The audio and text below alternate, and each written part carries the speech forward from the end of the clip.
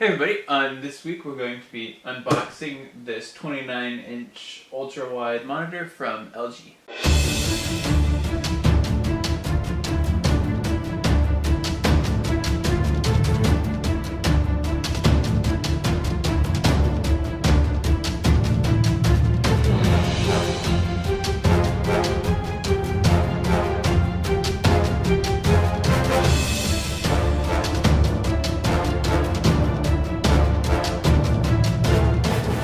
Alright, before we go ahead and unbox this, just a couple of the specs. Like I said, it's 29 inches, it's ultra-wide, it has AMD FreeSync, but I have an NVIDIA graphics card, so I won't be able to use that. But the reason I still went with the FreeSync model over the G-Sync model is it was actually cheaper to buy a FreeSync monitor, and then later, if I ever wanted to use the FreeSync setting, buy a graphics card that was comparable to the graphics card that I have. And if you don't know what I'm talking about, I'll put a video in the description down below that kind of explains FreeSync and G-Sync. It's basically just a AMD brand versus a NVIDIA brand, kind of what technology they use and what monitors have it, kind of a thing. It will also do split screen. So let's go ahead and unbox this thing. If you guys know anything about my setup now, I'm using a 32-inch TV as my main monitor. It's really just too big, too tall. Kind of takes over the whole desk. So this should be a nice change. Here's some bracket parts. Software, more brackets. Base. At some point I do want to get an arm for this monitor and actually mount it and have it off the desk, but for now we're just going to use the arm that it comes with.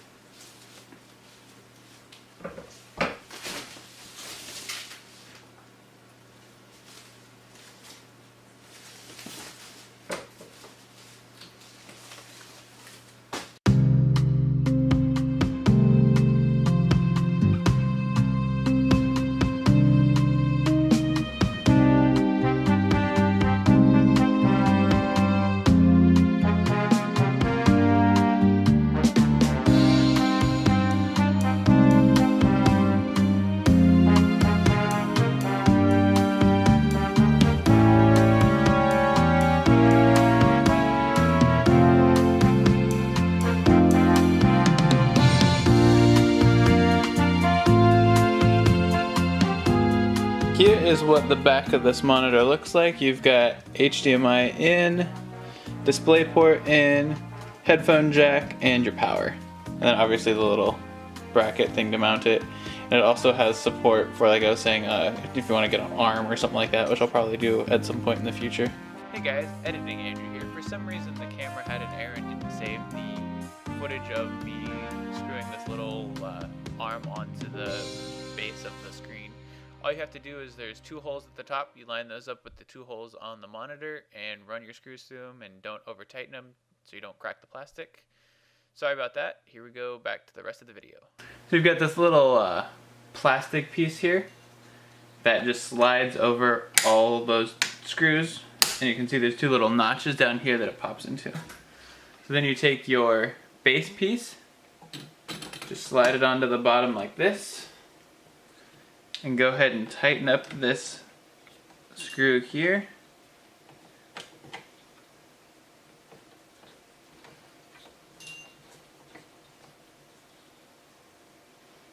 Here's a look at the new monitor in front of the old monitor. There's actually only 3 inches difference between these two monitors. This is a 29-inch ultra-wide, and that's a 32-inch just regular TV. It's older, so you can see it's got the big bezels and all that stuff. So if you look, the actual width difference isn't that big between the two.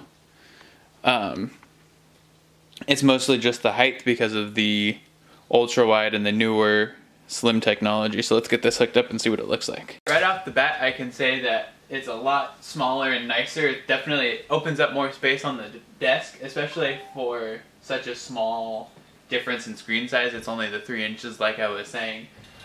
This thing's going to be nice for, I do a lot of video editing and things like that. So Adobe will be perfect for editing this video and any of the other videos that are coming up.